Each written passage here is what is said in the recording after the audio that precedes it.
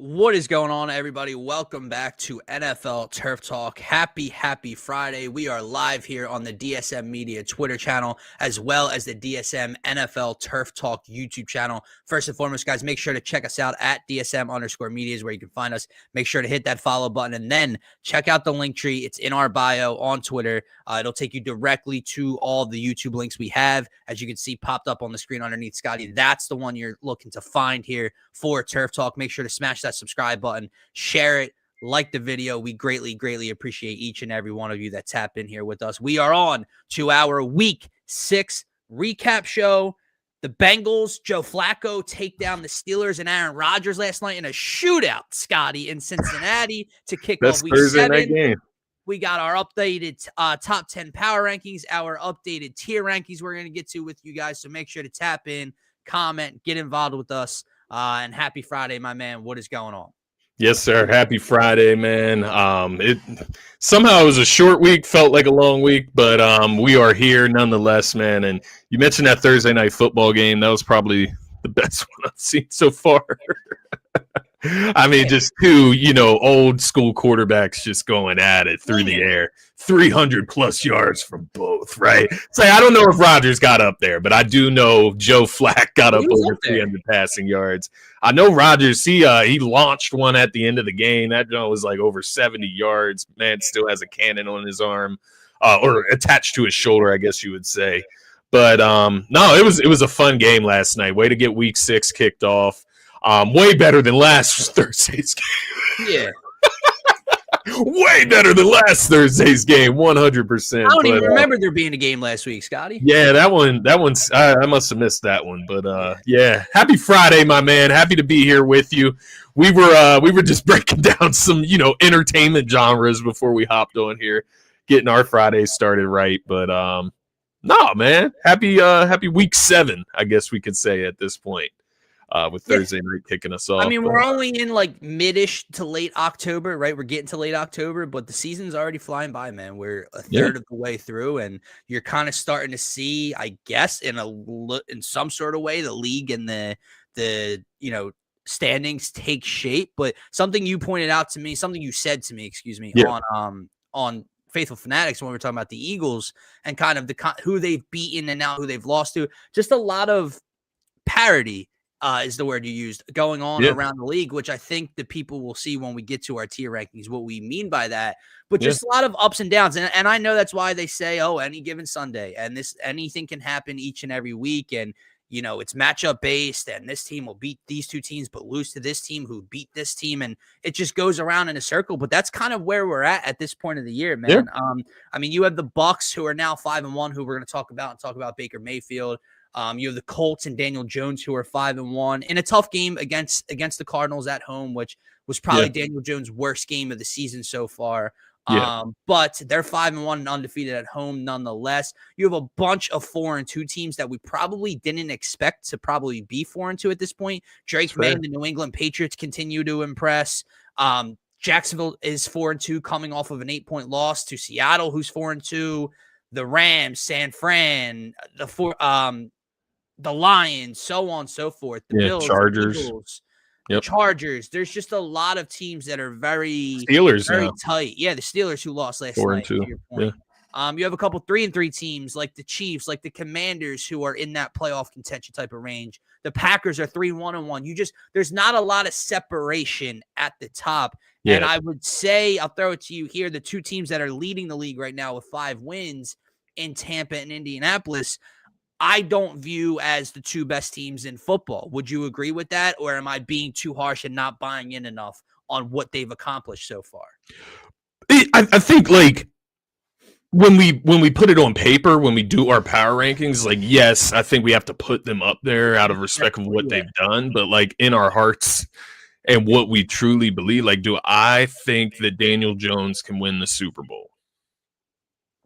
No, I don't. And it's not to completely disrespect him, but it's more or less, do I believe that Daniel Jones leading the Colts can win the Super Bowl? No, I don't think that the Colts have enough. They're 5-1, right? And some of their matchups have been different. The big thing when you start to think about opponent strength, right, or strength of schedule, is the fact when you have teams that we were, putting up at number 1 and number 2 in the Eagles and the Bills.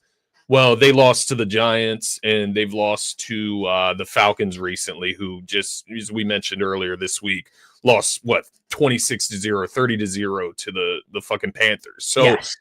It's just a bunch of shit going in a circle, to your point, of teams losing to this team. Well, then this team beats this said team. And it's kind of a lot of that going on around the league, which makes things confusing because the Bucks that we're putting up at the top, 5-1, who's their one loss to?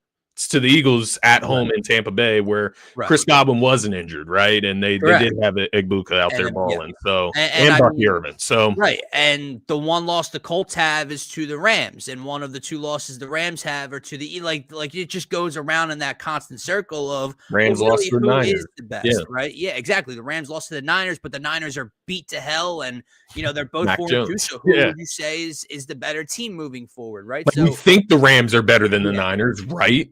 Yeah, but if they can't beat them at home, and I mean, look, let's take a look at the last 4, just all 4 of Week 6's, and you can include last night. The last 5 primetime games, only one favorite has come away with a win, and that was probably, I don't want to say the least likely favorite. Well, yeah, probably the least likely favorite was the Chiefs over the Lions. They were 3-point favorites at home against Detroit. Yeah. And I think that's a game where a lot of people were on the Lions in that situation, right? You have the Eagles lose outright as 7 or 8 point favorites in the Meadowlands to kick off this week. You had the Chiefs would beat the Lions at home. That's the one favorite to win. And then you had both favorites on Monday night in Washington at home and the Bills on the road lose outright. And now you had the Steelers come in as 6.5, 7 point favorites to Cincinnati to kick off Week 7 and lose outright. Yeah, it's a great point. And that's something we'll have to take a look at as we, move into week 7 on Sunday, man. Take a look at some of those nationally televised games and, maybe gauge some of these underdogs. Excellent Monday night games this week as well, too. Who are they? Who is it? I haven't even looked yet. I know it's in Seattle. I think it's Tampa Bay, Detroit is the early game, and then it's someone in Seattle at 10. Obviously. Nice. That must be in Seattle. Seattle at 10, Tampa Bay, Detroit at 7. See, now that's a nice structured doubleheader. Yeah. Like that's how it should be. That's like NBA, right? Like one at the early slate for Eastern time, and then you have your West Coast showdown. And that's like if they want to do that, yeah, let's do that. You can do San Fran and LA, and you can start that at 10. Like 7:15, 8:15 just doesn't work. I hate the overlap, man. I hate the and obviously I think it's just from a betting perspective, probably. Like that's why. But it's also just like occupying your television screen. Like I don't truly enjoy split screen. No. Like I can do it, and I do it when I have to with games that can be split. You can actually do it on the YouTube TV, but it's not enjoyable for me to like split my attention. I would rather just focus on one thing on my television. I agree. And like you said, this definitely becomes a factor, right? Where I want to lay my money. And I'm a weird gambler, you know that. When I have my money free by the next game, that once I win, because I will win in the first game, I want to have that money ready for the second game. And that's how I like it. So please review. Setting us up here to kick off, I guess, what we can look at from this Thursday night matchup. I know it's not Week 6; it's technically Week 7, man. But it did make us adjust our power. Trade was Week 6, to where we were supposed to be. Did anyone else laugh their asses off when Joe Flacco led the Bengals and beat the Steelers last night? And that's just, I think it goes with the theme of parity, right? Because you look at the Ravens, who are now 1-5, and they're down bad, Scotty. I mean, they can't do anything. Cooper Rush is getting benched for Tyler Huntley. It doesn't matter at this point. They seem to be cooked. But at the same time, Lamar will be returning at some point. When, I don't know. Probably they have this week, then the bye week, and then Lamar, right? The Steelers had an opportunity to go on the road as basically a touchdown favorite against a 40-year-old Joe Flacco who's new to this system and gets a 5-1. And I mean, at that point, you probably buried the Ravens if you get to that point. Yeah. And they couldn't get the job done. Now, I know Jamar Chase and T. Higgins have to be smiling from ear to ear today. They both scored last night. Did they both score last week as well against Green Bay? I know Jamar definitely did. I don't think T scored last week. But regardless, they actually have a quarterback, no matter the age, Yeah. that can get them the football. Yeah. That's inspiring if you're Cincinnati. Is Joe Flacco and this team going to win a lot more games? No, probably not, right? They're in that middle of the pack to slightly bad kind of team, especially with that defense still giving up 30-plus points basically week after week. Yeah. But the Steelers, man, that's where the focus is. And Rodgers turned the ball over twice, which obviously hurts them big time. But he threw 4 touchdowns. And he gave them the lead with a minute left, with 2 minutes, I think. Yeah, little one. Yeah, no, you're right. Yeah, it was a little, maybe. It was like a minute. It was around a minute. I can't remember, but nonetheless, like walked off the field with a lead, threw for 250, 4 touchdowns, getting everybody involved. Jaylen Warren in the rushing attack had a great game, and yet that defense, which has seemed to be a problem since week 1 when the Jets lit them up, when Seattle and Sam Darnold lit them up in week 2, they've bounced back a little bit week to week. And then you had this moment here when you had a chance to take a chokehold on the AFC North, and they didn't do it. Yeah, no, and I think it was obviously alarming that you have Jalen Ramsey, you have Darius Slay, Joey Porter Jr., and there was just absolutely nothing they could do for Jamar Chase last night. He got like 23 targets in that game, and that is with a Joe Flacco that to all his credit, had a hell of a game. He's not moving around like that. That he should just be out there slinging that thing for 300 plus against this Steelers defense. I think that's quite honestly embarrassing from their standpoint. Without a doubt. Yeah, Joe Flacco was lights out though, man. I was, to start that game, I was watching and I was just thinking about like the perspective of Jamar Chase and T. Higgins the last 2 seasons. And mind you, these guys have taken the money. They have decided to stay with this organization, despite some of the wrongdoings that they've obviously made. Like you have Trey Hendrickson sitting out right now for whatever reason, and look at this defense. But I was looking at those guys and I was thinking like, man, they have to be fed up with this shit. Like just not competing for anything. Like they could go out there and compete against a rival last night and get a W and get to what? 2 wins, 3 wins on the season so far. They're 3-4 now, I believe. You're not going to. No, that can't be possible. Last night was week 7, so yeah, they're 3-4. 3-4, yeah. So then that makes sense. I mean, they stole that game against Jacksonville, which Joe Burrow got injured in. Which that's a game Jacksonville shouldn't have dropped, but they were able to steal that one. And then they get that one last night, but like you're just competing for like mediocrity at this point. Like you need Joe Burrow to be healthy, and even if Joe Burrow's healthy, like Joe Flacco didn't really drop. Like I'm not saying that Joe Flacco is going to play like that every week, but I don't think you're seeing much drop off last night from Joe Burrow to Joe Flacco. Specific game, yeah, that specific game. Sure. So I think Joe Burrow could have won that game too, is what I'm trying to say. They obviously don't have enough defensively to compete at a high level. And so I do think it's embarrassing for the Steelers, but I guess that buys them some time with Jamar Chase, right? Like you made him happy last night. You do have a little bit of promise. You're not going to be getting the ball thrown from Jake Browning moving forward. And I know I'm happy as a T. Higgins fantasy owner last night, like finally getting some fucking production the last 2 weeks. I mean, I sat him up until the Green Bay week with Jake Browning. I had him for 1 week with Jake Browning, and obviously Duke can't get the football. He's been non-existent. So I started sitting T. Higgins, and then finally I put him back against Green Bay and had him last night. So heads up play last night in the game definitely need it, man. But all right, let's take a look back at the week 6 games. Let's go right to prime time, and let's start in the Sunday night game. Chiefs 30, Lions 17. You had the very incredibly weird start to the game where the Lions run the trick play on the goal line. Goff catches the pass on the back of the blocker, gets in. There's like a minute plus delay. Still no flag thrown. New York rings in, says, look at this. They look at it. Now the dude, the rules analyst hops on the broadcast and points it out immediately. If he's not set, that is a penalty. This shit's just weird to me, though, man, because refs miss calls all the time. Refs miss calls on the tush push for the Eagles all the time. New York's not ringing in and going, yo, you might want to take a look at this. They moved. So how can they then call in when none of the refs threw a flag? It's and not a go dirt back in the and throw. grounding Yeah, where they go and talk about it and, oh, what did you see from this? Was there anyone here? Was he out of the pocket? Whatever. Very weird start. Nonetheless, the Chiefs drop 30. They win by 13 points in this game. Let me ask you. yeah. What's up? Rashee Rice is coming back. Worthy's healthy now. Kelsey looked good. Is it getting? I've seen a couple people talk about this. Is it getting to that time of the year? Are they playing like that Chiefs team where it just feels like, oh, well, they're going to do it again. They're going to get back again. And specifically when you look around the rest of the AFC, when you look at the Ravens 1-5, beat up, no Lamar. You look at the Bills, who had the clear advantage over Kansas City to start the year, dropping 2 in a row now, not looking like themselves the last 2 weeks. And then you get to the Colts.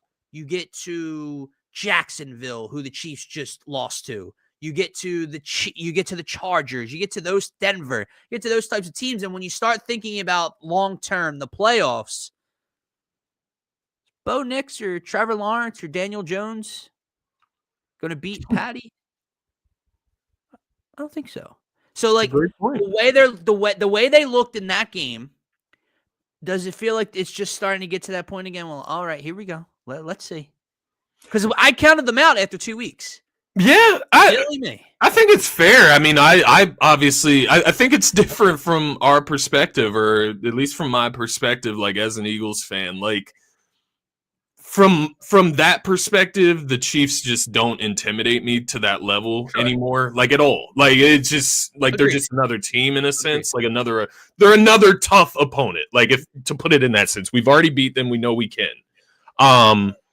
But from the standpoint of the rest of the NFL, yeah, I think it's a great point, and it's something that I didn't really think about because, they're 3-3 right now. I think they, the week before this win, lost to Jacksonville on Monday night. They lost to Jacksonville, right? So they've gone up and down, but I think the consistents have been, or the consistent things have been the defense being pretty sturdy, right? Holding the Lions to 17 points. Even in that Eagles victory in Kansas City, the Eagles scored like 20 points. I believe it was 20-17 victory in KC.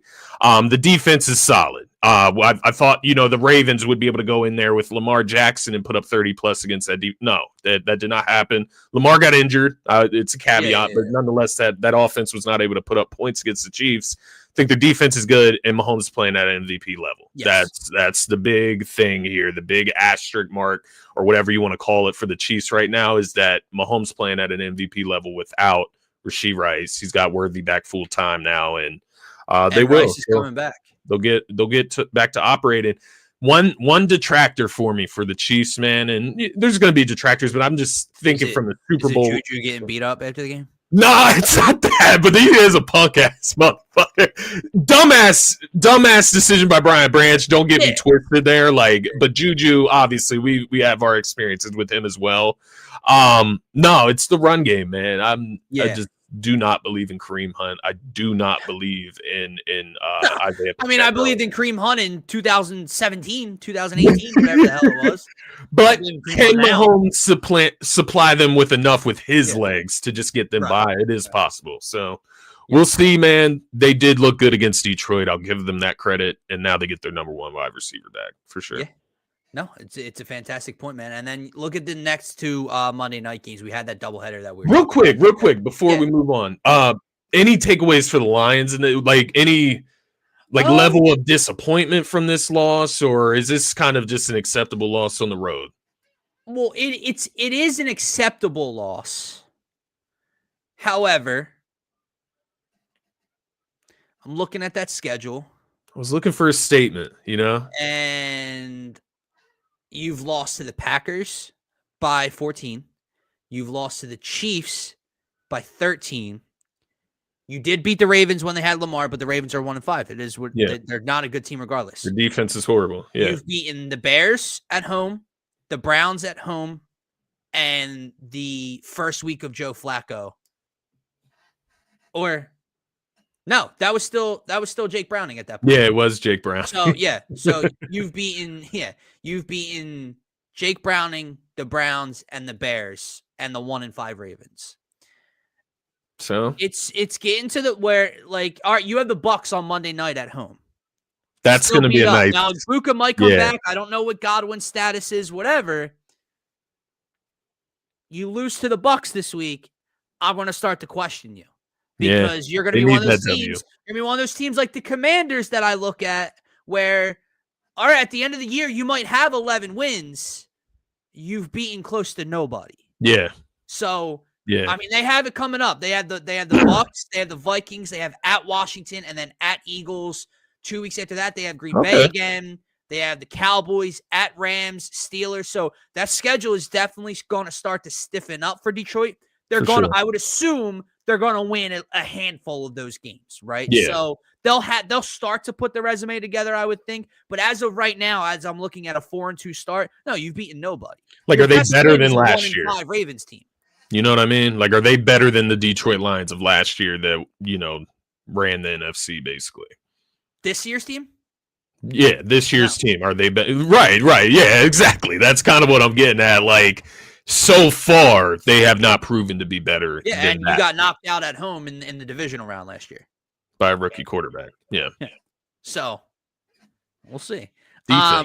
Yeah. But then we get to those Monday night games, man, and 2 more upsets. I don't even know what to make of this past week because this week had so much up and down. The Bears hit a walk-off field goal in Maryland to take down the Commanders. Jaden Daniels, I know he had the pick. I know there was the wet snapped fumble towards the end of the game on the handoff. Did he have another fumble in this game? He had a fumble. It wasn't lost, though. Okay, so So I know people have said 3 turnovers. So 2 turnovers, but an additional fumble that they recovered. And then you get to Josh and the Bills. Josh throws 2 picks in this game. Michael Penix throws 0, and that ultimately plays a major role in a 10-point loss on the road. Yeah.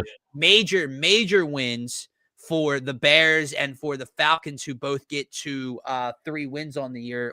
That puts them at 3, right? The Falcons, yeah. Okay. So big for them. The Commanders, man, the Bills we'll get to in a second because I find them very eerily in the same boat as the Eagles, where I'm not going to go too overboard. It's a bad loss. It's 2 straight losses. 2 teams they should have beaten, quite frankly, just like the Eagles. But I don't really change my tone on them a whole lot. The Commanders, look, man, I know you're hurting, and Terry's out again this week. Let's take a look at that resume again. You've beat the Giants. You lost to the Packers. You beat the Raiders. You lost to the Falcons. You beat the shit out of the Chargers in LA. It's a good win. Yeah. It's a good win. JD returns in that one. You lost to the Bears. I called them the most overhyped team heading into the season. 3-3, I wouldn't say is incredibly overhyped. They're only a game behind us at 4-2. It's not the worst start they could have had, but it's I'm looking at what they did last year with all those wins, and they beat nobody. They didn't beat a team outside of the Kenny Pickett-led Eagles that was a playoff team last year. Yeah. So I'm looking here. The Chargers, very good win. Let's see what they got this week, Scotty. So I had a feeling the Bears were gonna beat the Commanders last week.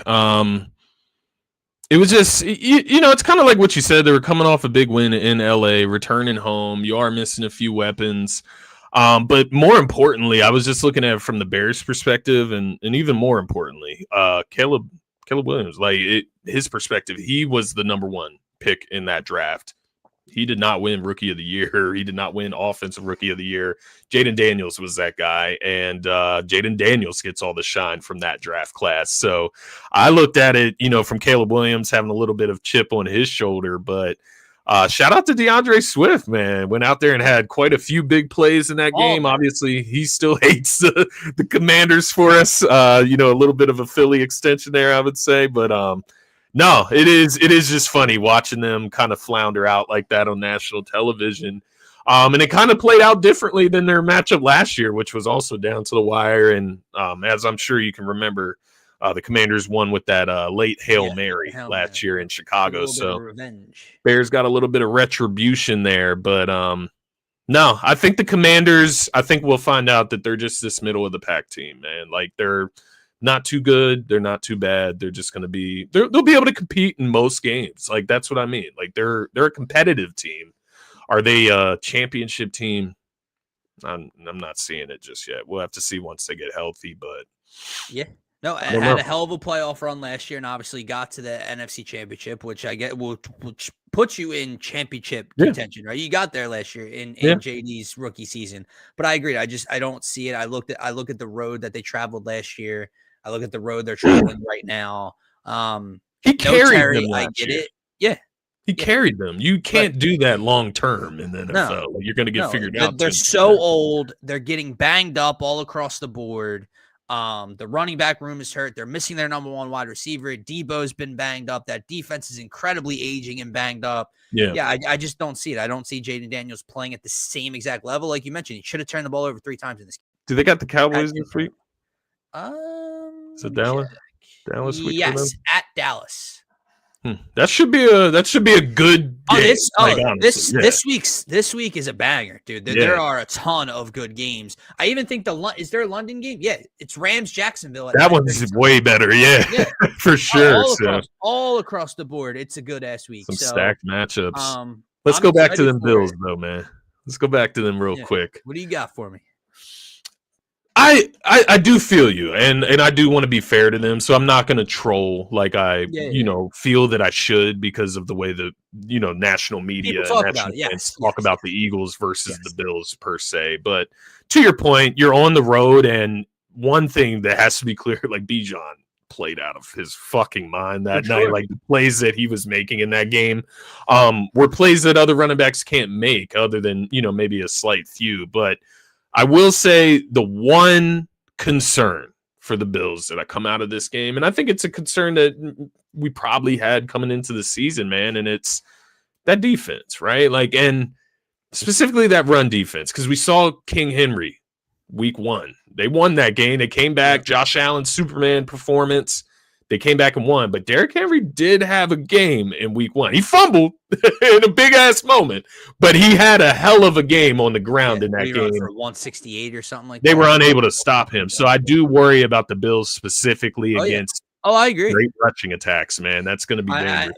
Beyond that, I mean, Drake London, 10 for 158 and a touchdown. I mean, Scotty, they lost this game by 10. If Drake London doesn't step out of bounds at the 2-yard line as time expires before the half, they lose this game by 17. Or if he gets out of bounds a second quicker, they lose this game by 13 because they get points. They missed out on points in that scenario if you're Atlanta. You mentioned the game that Bijan had. Drake London popped off. Tyler Algier starts the game with a 25-yard rushing touchdown. Breaks off a long run. They can't stop anything on the ground. I do. That's what I was thinking you were going, because if we were to get on the Bills, if we were to troll them in a sense, right, it wouldn't be too much because of what the Bills are doing. It would be how other people discuss the Bills letdowns versus the Eagles letdowns and expectations. Yeah. So it's less about the actual play. Nonetheless, and you lost, you were 4-0 and we were 4-0, and it's this big conversation of which team's going to be the last remaining unbeaten. And we lose to Denver and the Giants, and they lose to New England and the Falcons. Both teams should be 6-0 at this point. Yeah. And they're not, and they don't even have the best records in football anymore. Yeah. So it's been a very weird 2 weeks for the Buffalo Bills. They have to start to correct it. No Dalton Kincaid, I believe, in this game for them. Correct. However, like you said, I mean, it just goes back to week 1, and it goes back to what we said about, being sustainable. And especially when you're talking about Super Bowl threat, Super Bowl contention, Josh Allen cannot play superhero ball week in every single game. And you're starting to see that. No, I completely agree, man. And I think that's more the talking point as well, is like Josh Allen, Jalen Hurts, right? You look at Jalen Hurts and some of these performances in the loss. Josh Allen, 15 for 26, 180 passing yards. Didn't eclipse 200. That's like the marker for everyone, right? 200. He got 180, 2 INTs, 2 fumbles in this game. It's definitely not his best performance, but got a hot take. Hot take. The Commies make a trade for a receiver at the deadline with Terry expected to miss more time. It's a great question, which I think can kind of lead us into another conversation when we get to our tiers. We appreciate you, man. But the Steelers are also a team that apparently is calling around the wide receiver market, where that loss looks, it's not the offense's fault last night, but getting someone across from DK Metcalf. So to take this comment, to take that Steelers point, let's pop up the tiers here, Scotty. Yeah. And look at some of these bottom teams, because Dan Orlovsky mentioned it when it came to Pittsburgh. And I think to Lil C. White's point here, it can kind of go into Washington as well if they were looking that route. Excuse the Super Bowl champs thing. We'll get to that in a moment here. But you look at some of these teams that stink in the bottom tier here, Scotty. Yeah. Chris Olave, Jalen Waddle, Garrett Wilson.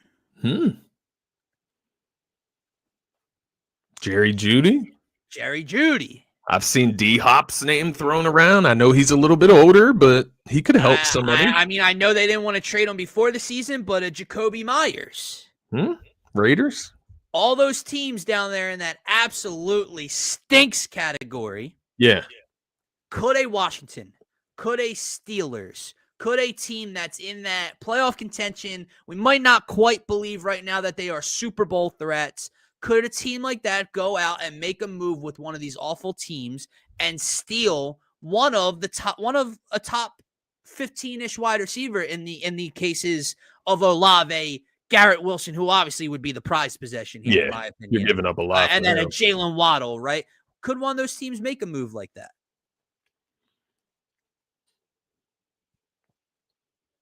Garrett Wilson, man, it's interesting. I don't know. I can't see Garrett Wilson just because he is so good. I feel like, so it's hard to imagine what you would have to give up to get him. But why not go for it, man? Why not? Like, if you're the Steelers, for example, obviously that's what I was going to ask you. Let's take those two teams, the Steelers, Commanders. Which team, quote unquote, needs it more, or would be scared? Like, not needs it in terms of they're not good, needs it like takes them to another atmosphere if they made a move for Olave or Garrett Wilson. I mean, definitely. I mean, either one. Back. Like either one would have Terry, Debo, and that player. If you're Pittsburgh, you'd have DK and that player. Yeah, either team would go up a level with Garrett Wilson or Chris Olave. Those two teams being the Commanders and Steelers. I don't mean up a level in this tier. I don't mean it like that. I just mean an up of the level of their play. Obviously, the dangerousness of their offenses. Yeah, I think those guys could unlock a lot within those offenses. I just don't know, like if you're Garrett Wilson, I know that he doesn't have like full say in this, but like, do you want to go Jaden Daniels? Yes, but when it comes to the Steelers, do you want to go to the Pittsburgh and just have Aaron Rodgers for one season and then you're back in the same Jets situation in a sense? You know what I mean? Maybe, but with the Commanders, you get stability for the future. With the Steelers, no. I do agree with that point. You have the cornerstone franchise QB locked in place in one. You don't in the other. The other, is likely out of here and retiring. Like Garrett Wilson was just with Aaron Rodgers last season. You know what I mean? Yeah, great point. So that's fantastic point. I just thought about that. But if we are keeping the Steelers in this conversation post Aaron Rodgers, back in Jets territory, being a player compared to a fan or an analyst, I don't know, because you've heard some football players talk about how they don't watch football outside of the games they play, right? Yeah. Like, so I don't know what kind of fan he is or whatever, what his knowledge is of, before the NFL teams he's come into. The Steelers are a much better ran organization than the New York Football Jets. I agree. Yeah. So, all right, yeah, you're looking at the Jets need a quarterback. The Steelers are going to need a quarterback post Rodgers. I wholeheartedly trust the Steelers to go out and get someone in the offseason or find someone through the draft, whatever, then the New York Jets, who are 0-6 still at this point. Remember when we thought, Justin Fields, they fucking stink, dude. So Breece Hall, man. If I'm Garrett Wilson, if I'm everybody in New York, I want the hell out. So if I'm Kansas City, I'm gonna call the Jets for Breece Hall. Yeah. That is a fantastic point. Yeah, Fantastic. that's absolutely what I'm doing. Give me What Breece Hall. about not just running back? What about not Breece Hall? What about a Jalen Waddle in Kansas City? I know you're getting Rashee Rice back, bro, but like, don't get me wrong. I like Rashee Rice. Like, is he going to be a number one again? Yeah, like it's just kind of this thought that Rashee Rice is the guy. Right. There's been nothing to show that Rashee Rice is a number one wide receiver so far. I don't see them trading for a wide receiver just because I feel like they could look in house. I guess if it was like a different style wide receiver, Maybe. like a Garrett Wilson, I think any team would go and pull the trigger on Garrett Wilson. Chris Olave, he's almost to that level of any team, but I do think he's a little bit more niche type of player in a sense. But I'm looking at the Chiefs roster, right, and looking at what they have. They have Xavier Worthy, they have Hollywood Brown. It's like these deep, quick guys, right? Like these quick, shifty, smaller receivers. Kid Thornton that just runs go routes over and over again. Where Waddle would come in and he'd be better than those guys. I'm not saying that he's not a better receiver, obviously, but I think they could use if they got a legit weapon in the backfield, I think it would look a little crazy. It's like the Eagles with Saquon. Lesser extent, right? You don't have AJ Smitty and all that on the outside, but you add that type of dynamic weapon with Patrick Mahomes in the backfield, it looks a lot different, man. Yeah, it's a fantastic point. All right, even looking at that stinks category, man. I know we're going down the rabbit hole of trade deadline, but you have a Kamara, right? And he was asked if he's traded. I think he said something like, "I'll be sipping a pina colada." Said he would retire, man. You're retiring if you get traded from the Saints to the Chiefs, right? Like that. No. But all right, look at what's going on in Carolina right now with Chuba Hubbard being injured. You look at Rico Dowdle. What's his face? Why am I drawing a blank? Dave Canales would not commit to Dowdle, taking over the job, but he didn't say no. Whoever doesn't get the job, whoever's not the guy, right? If Chuba comes back and takes back a starting role, if it's Rico's job now, do you call Carolina and see if one of those two are available? Why not? Yeah. Chuba, I think, is a very underrated running back in the NFL, man. He would fit perfect with that Chiefs roster. What about the Pats, man? Do they, is it too soon for them to try to upgrade and go? You don't go for it, but if the Patriots could get Garrett Wilson, we've talked all the rumors have been AJ Brown, right? Well, Jets in their division, they're not going to trade him to the fucking Patriots. Not Garrett, I would imagine, but Chris Olave, I mean, you go for it in the sense of you go around and you try to find the talent you're looking for. You don't go all in the sense of you're spending. You're spending a large chunk of your future on this season, right? Because you gotta love what Vrabel's done there so far. You absolutely love what Drake May is turning into right now. The last 2 weeks, Stephon Diggs has turned it back up, right? Yeah. So they definitely would love to go out and get a receiver.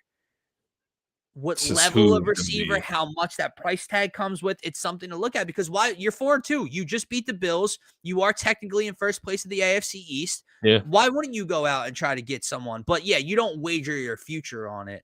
To D-Rab's point real quick, yes, I believe I saw that this morning or yesterday. Practice squad. That does almost I don't think that was a fix-it issue. Maybe it's probably just a placeholder issue until Terry's getting back. See if you can get anything out of that guy. Yeah, I doubt it. Let's go down to that last comment. Do you guys believe the Colts are for real? We talked about this before the show, man. Yeah, we were talking about this privately. Describe for real. Do I think the Colts are going to be a playoff team? I do. When you start 5-1, I mean, you would have to have a hell of a drop off for them not to make the playoffs out in the AFC. Very good offensive line. Yeah. Michael Pittman's fine. Tyler Warren's playing really well. Jonathan Taylor's playing at a freaking MVP, offensive player of the year type level. That defense has been good. I believe they're undefeated at home. Their only loss is in Los Angeles to the Rams. I just cannot take Daniel Jones for real in the sense of deep playoff run, championship, Super Bowl threat. Going into Kansas City and beating Patrick Mahomes. Yeah, like no. And then because it kind of tags into his next comment. Do you believe Daniel Jones is playing at an MVP level? I think the numbers for the first few weeks suggested so. Yeah. I think he's still playing very fine to good football. But let's take a look. Last week, 22 of 30, 212 yards, a pick in a close game at home. They could have lost to the Cardinals. The week before that, 20 of 29, 212 yards, 2 touchdowns. The week before that against the Rams is where he turned the ball over twice and lost the game. So I would say the first 3 weeks, Daniel Jones was putting up MVP-ish numbers. I think his week 4 game against the Rams cost them the win, and then his last 2 games have been fine. I don't think he's in that MVP conversation right now. With that said, I think he's playing he's playing how the Colts need him to. He just has to stop turning the ball over the last couple of weeks. Yeah. I think, honestly, man, I think he would be like, I don't think he's touching Baker or Mahomes right now, but I do think he's in the top 5 if you had to pick a top 5. But I guess the question would be, like, do you, like, it's the same thing with Saquon last year. It's like, do you pick, like, Saquon, or do you pick Jonathan Taylor from that team to put as the MVP candidate? Because he's the guy that's been going off the last few weeks. But it's funny, man. I mentioned this to you in the offseason about the Colts, and I said it kind of jokingly, but can the Colts be like Eagles 2024 light? Like, can they hone in on defense, run the hell out of the ball with Jonathan Taylor, have the dual threat and Daniel Jones at quarterback? And then, yes, you just had to figure out the weapons on the outside, but all of a sudden Tyler Warren makes everybody else look a little bit better. Michael Pittman as a second option looks a little bit better. So can I throw one more thing at you? Yeah. And to C. White here. The other reason that I have a hard time believing in some of these teams is the work you've put together so far. So you are 5-1. Yeah. It's a great start no matter who's across from you. Here's who the Colts have beaten this year. The Dolphins in week 1. The Broncos in week 2. That's on paper, that is a good win. Let's not forget that the Colts missed the field goal and the Broncos touched the long snapper, and got a 15-yard penalty and then won the game after that. The Titans lost 7 to the Rams. Raiders, Cardinals at home. So, Dolphins, Broncos, Titans, Raiders, Cardinals. Yeah. I mean, I feel it. I do. I said this to you before the show. I just have a hard time like detracting points. But to be fair, the Colts, I think we forgot to put our power rankings up here. But if we had our power rankings showing, maybe we can just show them on Sunday, get it pulled up for everybody. But the Colts are in the top 3 of our power rankings, to be clear. Yeah. So it's like we're not detracting points from them in that sense. No. And I'm not detracting points this season from like their level of competition because we watched the Bills lose to the Falcons, so on and so forth, what we've discussed. The parity in the league.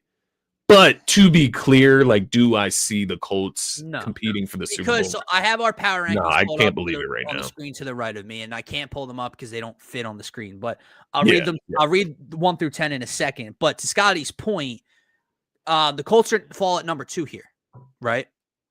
Yeah. But that's just what power rankings are. It kind of strips away a little bit of the schedule. It's just what you're doing lately. No matter who's across from you, they're 5-1. They're tied for the best record in football. Yeah. Right? But I'm looking at the teams below them in the Lions, the Eagles, the Bills, the Packers. Would I take the Colts and Daniel Jones to beat any of those teams? No, I would not. Right. The Rams at 8, who we have, a little preview for you guys. I wouldn't take. They already lost to the Rams. Yeah. The Chiefs are not even on our top 10. I would not take them to beat the Chiefs. The Chargers, who they play this weekend, are not in our top 10. I like the Chargers this week. So, like, they're getting the respect. They're number 2 on our list. They're playing excellent football. Jonathan Taylor, that offensive line, that defense looks great. Jones is doing what he has to do. But no, I would not pick Daniel Jones to beat any of those teams in a head-to-head scenario right now. So yeah, like in reality, I like when you said Chargers, I thought great game. Like that would be a great game. Chargers and Colts, Patriots and Colts. I think that would be a great game, right? And so I think that speaks to the level I see like the Colts. Like that's the frame of reference. Like I see them more in that group, but we still give them respect on the power rankings. They still have performed some of the best football so far this season. It's just when you start looking into the future, how is it going to play out over the course of 17 games and then a postseason? Yeah. I don't know if that is going to be the way, but I agree. We got another comment, and I'm just going to take a guess, Lil C. White, that you are a Commanders fan. And if so, it's okay. I respect it. But he says, so far this season, who is our top 5 in the race for Offensive Rookie of the Year? And if we have a top 5, would Krosky merit the rookie back in Washington be in that top 5? Let's think through this, man. Well, Let's first think and through foremost, this. I think Emeka Egbuka is running away with it. One, right? He's one. Let me check the numbers. I would assume Tyler Warren's in the conversation. He has to be. Yeah, he has to be. He's up. Tyler Warren. He's leading the Colts in receiving yards and targets, leading all tight ends and receptions. 2 tutties, 12.8 per catch. Yeah, so Tyler Warren and Emeka Egbuka is in the both inside that 5 running backs. Right. Hampton's hurt. Had a weird start to the year. RJ Harvey's not getting much run. Travion Henderson's not getting run. Would you say it would be between Ashton and Bill, Genty, right? As far as running backs right now, right? Am I and then you're looking at quarterbacks because D-Rab throws Dart out there, which the last couple weeks the way he's been playing since Cam starting. Scatabo. Yeah. Are there any besides Dart? Who am I missing? Why am I blanking? Cam Ward is no. JJ McCarthy hurt and would be no. Well, because he would technically be a rookie this year. Yeah, because he misses. Yeah, I got you. Bill, that's about it. I think he's maybe 5. He's like literally 5 on the border of 4 or 5. There, but yeah, I would say I think Ibuka's running away with it at the moment. Because I would put him over Dart, for example. I would put Bill over Dart just because Dart's played the last 2-3 weeks maybe. He hasn't played like the whole season. 3, yeah, and one of them is a loss to the Saints. But he's beaten the Chargers and the Eagles in his 2 wins. Those are good dubs. Yeah. It's interesting. Yeah. I think he's like you said, he's in the combo. Yeah, for sure. Appreciate the question though, man. If you guys are watching with us live right now, keep dropping questions like that. Who do you think over the course of the season though? Like if you had to think like about those guys, like obviously Egbuka is like kind of running away, but out of the rest of those guys, who do you think can maintain? Cam Scatabo, obviously you got Bill, you got Tyler Warren. I think Warren's a beast, dude. And I think we just talked a lot about the Colts and Daniel Jones, and even though they're 5-1, we're questioning them, I think Tyler Warren's the perfect player in a Daniel Jones led system. Like I think there's a reason he's getting the lion's share of the receptions, the targets, the yards. The middle of the field, off the play action, off the bootleg. Jones can be mobile and get outside. Warren's a guy you can find 8, 9, 10, 11, 12 yards down the field using the seam. So I think Warren continues to put up just consistent numbers to where he'll be in that conversation. He is arguably the best player in that group. Right. I mean, Egbuka, once again, has just started the question I have, let me go back and just check before I put my foot in my mouth. Because you do have the injuries all across the board in Washington and to that running back room to where he's going to start getting the bulk of the work now, which he's running away with it at the moment outside of Jaden Daniels keeping the ball. 344. He's averaging almost 6 yards a carry, 4 tutties. Got to hold on to the football. Now, I don't know that it really plays too much of a role into awards voting, but he's got 2 fumbles, both lost in 6 games this year as a rookie running back. Let's hold on to the ball a bit more. But 5.7 yards carry with 4 rushing touchdowns. That'll do it. The problem is, he's averaging 57.3 a game. Like he's only getting the ball about 10 times a game right now. Washington, he's going to have to start running the ball more. No Eckler, I mean, for the rest of the That's season. what I mean. They're hurt. Who's their other running backs? They have Jeremy Nichols. They traded Brian Robinson, obviously. Chris Rodriguez Jr. He gets it is Bills' time to shine if they give him the ball. Bill's got more rushing yards than Saquon Barkley. Fair enough. 18, he's 18th in the league. To wrap up the tier ranking list, as you guys can see, we've had a lot of movement over the last week or two. From that stinks category, there's been some teams that have elevated. You have the Bengals. I mean, just getting Joe Flacco and a competent thrower of the football to get Jamar Chase and Higgins the ball. They won last night. They're 3-4. They're in that no man's land category. With Flacco now, I don't think they're going to be an awful team like they look like with Jake Browning at the helm. Yeah. But with no Burrow, it doesn't really matter. And that defense, I just don't think you're a playoff contender. And the Texans, they're coming off a bye. They won 2 straight. They beat the Titans, and I forget who their other win is against. So I still am not in love with Houston. They just aren't playing as terribly as they started their 0-3 campaign on. So they're in that no man's land. You have the Giants, who got a spark from Jackson Dart. The Bears, who is starting to look like a competent football team, they're up there. You have the Ravens dropping all the way down because of the injuries and the 1-5 start. They are absolutely terrible at the moment. Yeah. 3 points last week. You have the Falcons and the Patriots climb up to playoff contenders.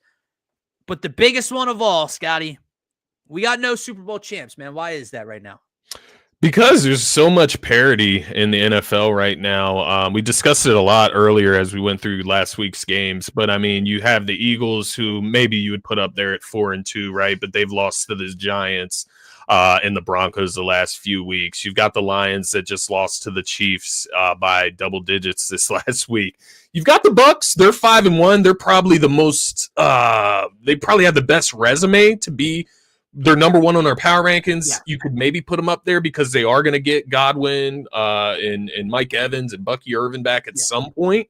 But they lost to the Eagles at home. So if you're going to put the Bucs up there, it's hard to not put the Eagles up there. Yeah. And then the Bills, of course, they've lost to the Falcons and the Patriots the last 2 weeks. So I think when you get into the rest of the playoff contenders, you kind of have those 4 separated on the left there. When you get into the rest, it's going to be a lot of the same shit across the board for the rest of those teams as well. So right now, if I had to put money on a Super Bowl champion, I honestly off the top of my head could not tell you who I would go with right now. I really don't know. It would take me a lot of time to go through that and figure it out. I agree, because I don't know. I can give you pros for each team, but I can give you just as many cons. Exactly. There are flaws all across the board. There's flaws resume-wise for all of these teams right now, especially the ones you see on the left.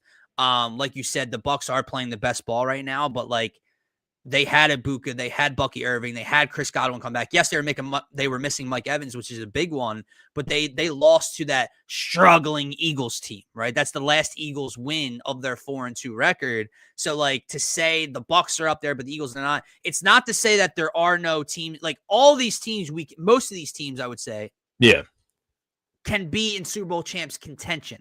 The point of that top line is to say who stands out above the rest. Who would I stamp my approval on as putting it all together? This is a team that's going to win the Super Bowl. This is a team that's going to be in the Super Bowl. I can't give you one right now. The Eagles absolutely could be, as an Eagles fan. Doesn't feel fair, though. It doesn't feel fair to the rest. Not playing like it. The Lions, resume-wise, I spoke about. The Bucs, very beat up right now and lost to us. Steelers, and then the rest of the teams. I mean, you have injuries all across the board. You have questions all across the board. Youth all across the board. So it's tough, man. This week 7 is where the Bucs can solidify themselves. Yes. Number 1 team, Super Bowl champ contender up top. They could be the lone wolf up there at the end of this week if they take care of business. Let me ask you, what about the Lions? What if the Lions take care of business? They'll be favored at home, probably against a shorthanded Bucs team. Is that win alone enough to put them up back in Super Bowl champs?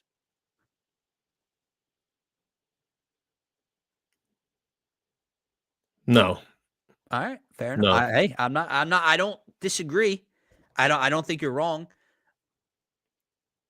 I don't no, know that it's we're close. right, It's but close because the Bucks are tough, but if the Bucks agreed. go in there But with no Bucky The Irvin, no Lions, Mike Evans, I no. believe it's in Detroit this game. Yeah, The Lions are the healthier team. They're going to be home favorites. And I mean, I know they're Ibuka's coming off a questionable. tough I don't loss. know the status of Bucky Irving and Chris Godwin or Mike, but I'm if pretty let's sure pretend Mike they're just Evans and half Bucky are not playing. Yeah, right, right. So all right, yeah, you get the rookie and Chris Godwin back. Still a very shorthanded Bucks offense going against Detroit. So we'll see. But real quick before we get to power rankings and move on, yes, would sir. you be concerned about my Commanders team, especially when the receiver position is a concern going into Dallas this weekend? Yeah, man, I'm not trying to rain on your parade. I don't know how long you've been following us. If you're not subscribed, please, we appreciate it. We're live every Sunday morning and either Thursday nights or Fridays here breaking down stuff. But I've been concerned about your Commanders team before the season started. Jaden Daniels is a top 6-7 quarterback. I think he's unbelievable. Terry's a stud. The problem is I think your roster's old. They're obviously beat up. And they beat no one. Like, they got to the NFC Championship. Congratulations to them last year. That was huge for them in year one for Jaden. But they beat no one along the way. And then I look at their resume this year, and besides the Chargers, they're 3-3, have lost to bad teams and beaten no one along the way. So yeah, I think your Commanders team, even at full strength, is a playoff caliber team, a 10-ish win team, 10-7, 11-6 win team, that can win a playoff game or so. Yeah. I don't believe your Commanders, even at full strength, even with Terry McLaurin never getting hurt, Jaden Daniels never getting hurt, the backfield never getting hurt, I don't think you guys are a legitimate Super Bowl threat with the age of that defense and some of the skill position players. Yeah, no, I think it was well said. I said it earlier. I mean, I just think they're maybe middle of the pack isn't fair. Like, they are a little bit above middle of the pack. Yeah. Like, they're going to compete in most games against most teams. I think they'll compete at a higher level, but winning the whole thing is just a big jump. I think they're a top 14, 15 team. I think they're right above middle of the pack. I think they're a good team. I think they're a playoff team that can be the 6 or 7 seed in the NFC. That's what I think they are. But for this week specifically, it'll be interesting because obviously what Dallas has done offensively, I think CeeDee Lamb is questionable to return now from that injury. He's playing. Yeah. All right, so that is scary for you guys. But defensively for Dallas, we know how much of a train wreck they've been. I know there's no Terry McLaurin. I would assume you guys can still move the football against them. So it'll be a fun game. I would be interested in to see what the over is as we head towards. What time is that game? What time is that game? Is that on at the same time as ours? I think it's 4. It is 4:25. Yeah. Nice. Okay. Oh yeah, so it's going to be. I would assume it's the Fox game of the week then. It's got to be, right? Yeah. Yeah. There's nothing. Green better. Bay also plays at 4:25, but they play Arizona, so I would be shocked. Chargers, but that's CBS. So. And yeah, that's 4:05. So yeah, I would assume you guys are the Fox game of the week, and then you get Atlanta, San Fran on Sunday night. It's a hell of a slate, dude. Appreciate you, bro. Yeah, realistic. Yeah, they're not playing well enough right now. Jaden Daniels just getting back from injury. Yeah, we'll see, man. Can Bill turn it up for you guys? We'll see. Ertz, our guy Ertz over there just catching tutties every other fucking week. Anytime Jaden Daniels is playing, I'm telling you, Ertz is a good touchdown lay, man. He loves that guy in the red zone. And usually you can get Ertz like plus 200 for a tutty. Yeah. I don't know. I think that Dallas defense, bro, former Eagle. I might have to look into it this week. He scored in 3 out of the 4 games that Jaden Daniels has started. I mean, you can correct me if I'm wrong. You gathered my interest, Scotty. I'm going to check before we get to our power rankings now. Yeah. He scored last weekend. I know that. He didn't score the game against the Chargers because I did lay the tutty against the Chargers again. I know it's not impossible, but this is not college football, man. What's up? The total in the Commanders Dallas game is 54.5 right now. So what? You would need somebody to score 30 and then the other team. Yeah, you would need like 28, 27, 30, 27, like in that ballpark. Yeah. It could though. I mean, it very well could. For sure. But yeah, they got some juice added to that. They're on to you, Scotty. They are on to you. What do they got? Zach Ertz plus 115 to score a touchdown. Damn!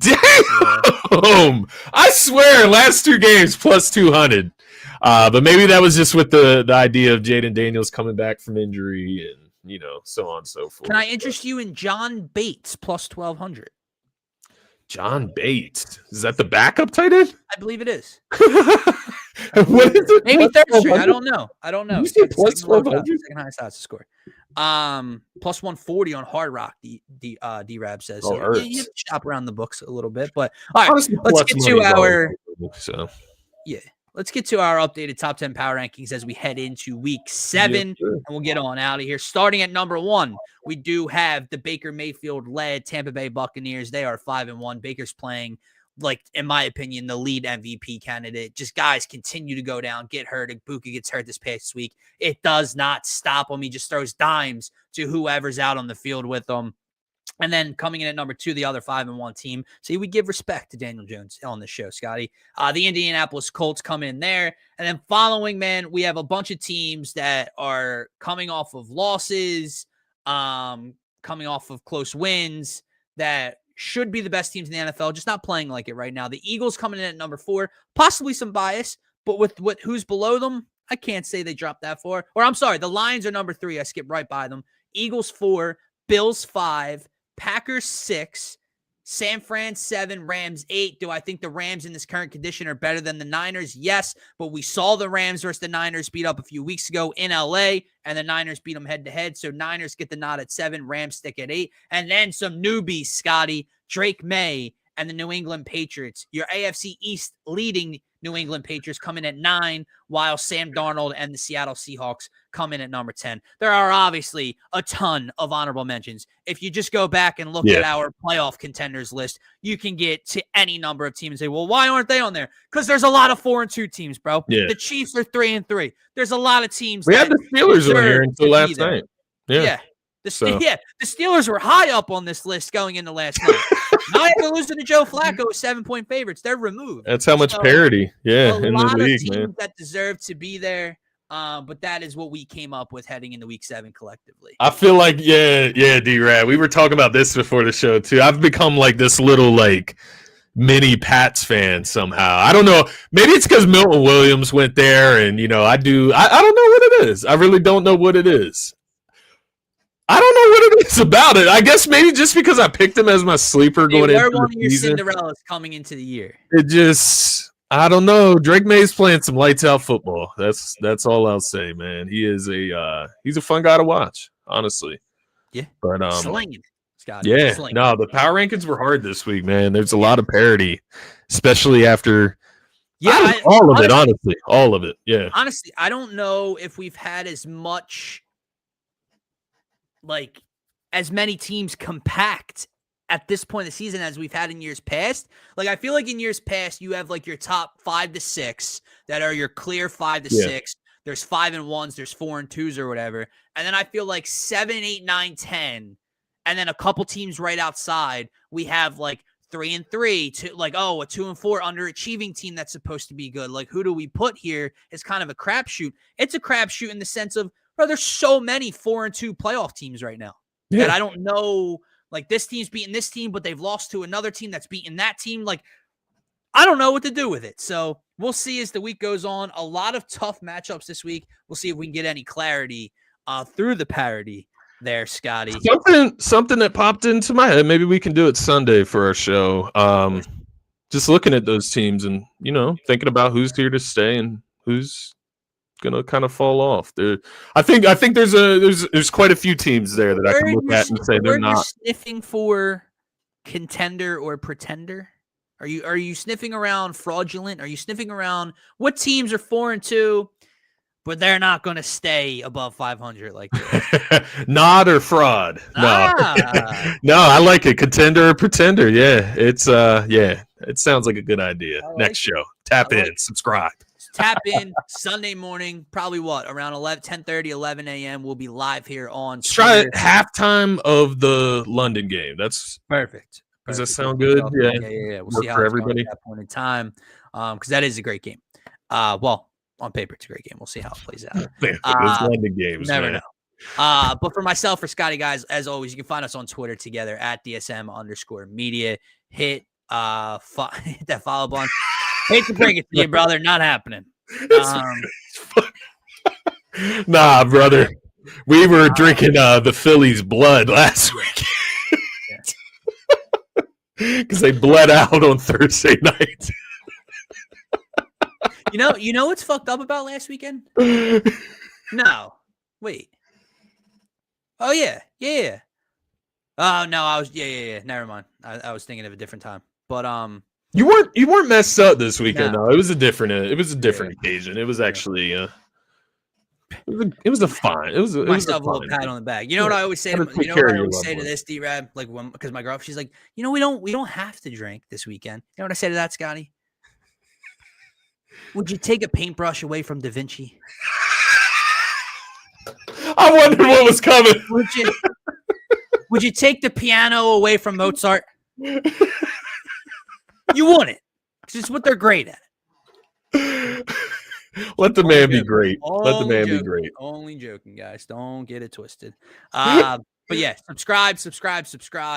We'll talk to you guys on Sunday, and we'll also have Eagles pregame. And then next week on the Faithful Fanatics show, where you should also be subscribed on YouTube, the Sixers just might be back. We're back. Joel back tonight? Certain someone suiting up in preseason action tonight, Scotty.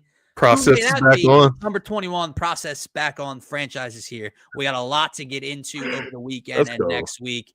Peace out, everybody, and enjoy the rest of your weekend. Thanks, everybody, for tuning in.